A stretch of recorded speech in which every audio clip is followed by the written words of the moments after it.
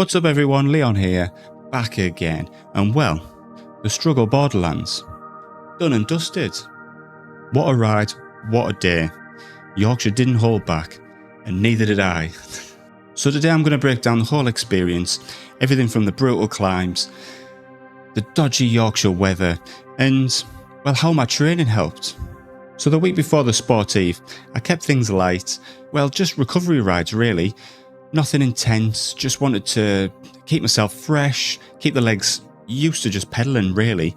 And on top of that, I was feeling good, excited to get out there and, well, smash it. So the night before the sportive, I stayed in a place called Grinton, which is only 10 minutes down the road from the Dales bike centre, which is where the start line is. A fantastic location, a great hostel called the Grinton Lodge. Typical hostel accommodation, everything you need. You can have a drink, you can have some food. Down the road is the Bridge Inn, which is just in between the Dales Bike Centre and the hostel. Great pub, country vibes, does lovely food. Headed over, got signed on for the sportive early at 6 o'clock, then headed back to the hostel, dumped all the gear, and made our way to the Bridge Inn, had some food, and maybe a couple of pints of Guinness. On the way back to the hostel, there was a campfire on the go, so sat, watched the campfire, telling tales, getting all excited for the next day. Was smashing. So the start time for the sportive was from 7:30 till 8:30, and with us only being up the road 10 minutes away at that, gave us a little bit more of a chance to get ourselves pulled together and get our gear sorted and make our way down. I think we set off around about 8:15. One thing that we were greeted with in the early hours of the morning was, well, very typical Yorkshire weather.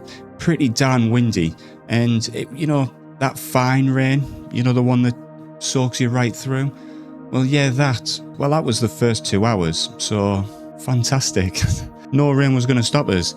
I was determined that I was going to make a great day of this, and, well, we made our way to the first climb. The moment that you leave the Dales Bike Centre and you head off into Reeth, you end up with these little short, sharp, little hills that you've got to make your way up, really.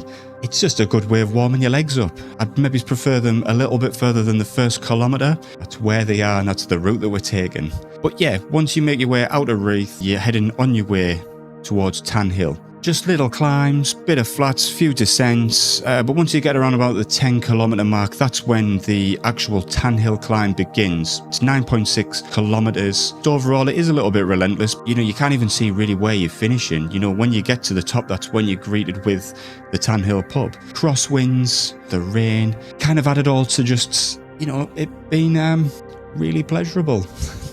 One thing I will say though, is that even with the weather and even with the clouds and everything that's going on, it is a beautiful landscape and one really that you can take pleasure in any time that you're there.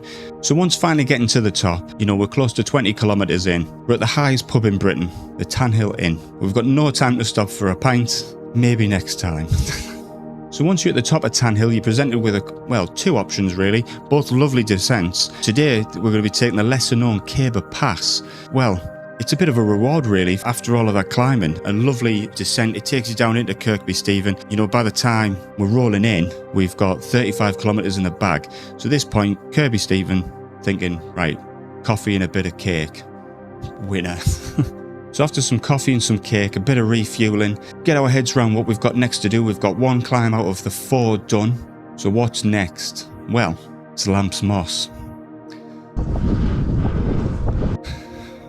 3.8 kilometres of pain. It's averaging out at 8% with a max gradient of 17%. It's rated 7 out of 10 on the UK hardest climbs. And well, to be honest, it deserves it. It really does. And as far as climbs go, the final stretch is, quite dramatic really. You're presented with is this dramatic banking road off to the right that curves back round. And it's quite intimidating really to know that that's where you're heading next. And the only way past it is up and over it. Absolute leg burner. Just fun times. Once again though, when you get to the top, you're presented with beautiful views. It was a shame that the weather hadn't sorted itself out by this point. It's still just absolutely stunning. And of course, the next thing you get is a nice little descent. You get enough time in order to be sort of fooled in thinking that, that the pain isn't going to come back anytime soon. And well, that's a massive lie because the next one, and shortly after, is Buttertubs. 3.8 kilometers of, well, I would say pure brutality. The average gradient is 9%, but it maxes out at 25 at times. To be honest, even on my Strava, I'm pretty sure when I've gone over the map, there's a point where it says 44%. It's a bit unrelenting, really, because the way that it starts is that it slowly takes you up to, I would say, where the real meat of the climb actually is. And the part that you do before it isn't just, you know, a nice little leisurely stroll. Like your legs are burning, especially considering what you've already done.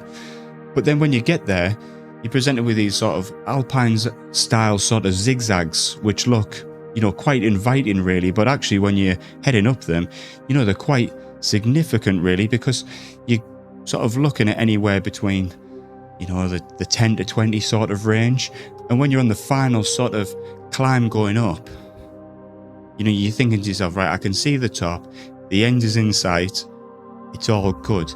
I got a beautiful photograph. It was at this point though that earlier, as I came onto it, I did nearly get wiped out by a crosswind. I had to put my foot down, was absolutely devastated, didn't want to push my bike up.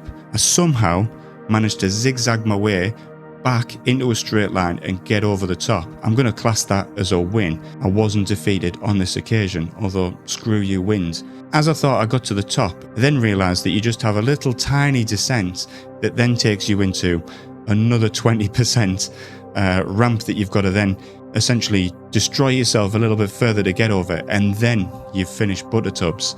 Yeah, it's quite a remarkable climb, but again, presented beautiful views and a lovely descent, which is massively welcomed now.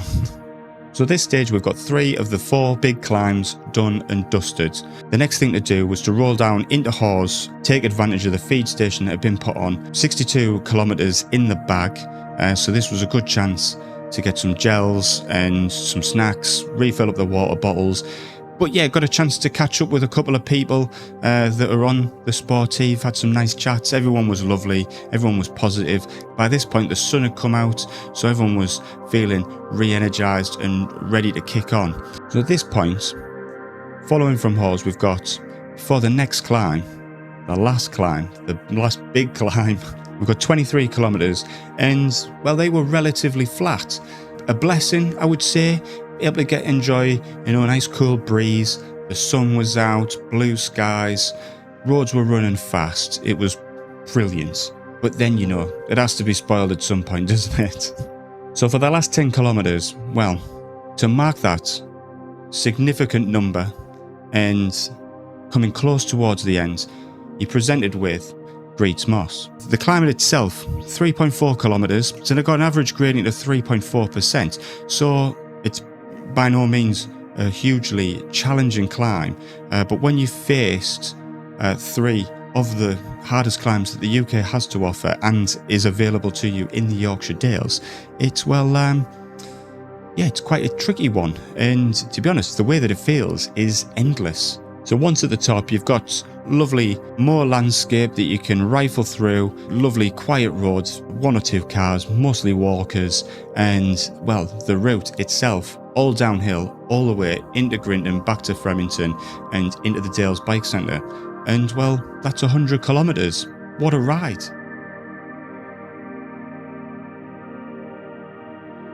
So, how did my training help? As I mentioned in my last video, I mean, Zwift has been a godsend, and it definitely did serve me well. Being able to train indoor when I don't have the time in order to be able to make it outside and put in those rides when I'm just short on time and being able to get things sorted and together. So definitely made a lot of headway, definitely invaluable in building endurance, being able to pace myself. I would say though that it does have its limitations. Not Zwift in itself, more the turbo trainer that I use. It is a budget one, it's only rated to 600 watts and a 6% gradient. So essentially, and as someone mentioned in my last video in the comments, you know, that you do get that sort of endless granny ring sort of effect in order to compensate for what you're doing. And I definitely noticed that. I always expected there to be a difference. There's a lot of variables outside that you can't replicate indoors, but it was beyond that. The major thing for me was cadence. I got used to running a higher cadence, and what I found is that I was having to mash the pedals quite a lot. I would have liked to have been able to run at a higher cadence, so it did make me wonder what to do moving forward. Is that going to be something that's a combination of further training, or maybe some changes on the bike? I mean, I do feel like there are some changes that I would like to make to my bike, but that's probably going to be for another video, something maybe to look at in more detail. I think all in all, if I had the availability, a lot more rides outside, tackling similar climbs, that's something that I can consider for the future. But again, it comes down to time constraints and what's available to me within that given time period. Zwift definitely gave me an improvement within my fitness. I can be pleased with what I achieved. I mean, on the actual day in itself, did the 100k in 5 hours and 35 minutes of actual riding time. I think in total with feed times it was just over 6. So I'm really happy with that. I think that's, you know, at 40 years old, I've only really been taking this sort of level of cycling seriously for the past year and a half. Yeah, so like I'm absolutely buzzing. Really, really happy with my performance and what I achieved. Great stuff. At the end of the day, it was an epic event. You got a brilliant medal, the camaraderie out on the roads and the feed stations, all lovely, fantastic, brilliant. It's got me thinking about next year. Do I think about the 110-mile one? There we have it. Thanks for watching. And, well, if you've enjoyed this breakdown of the Sportive and my ongoing quest for, well, sort of peak performance, shall we say, then don't forget to like, subscribe. So next time we'll be having a look at maybe some tweaks that we're going to be making to the bike, discussing those, the potential outcomes and the benefits. And then, well, training-wise, what's next? Where do I go? We'll have to wait and find out. So until then, I'll see you next time.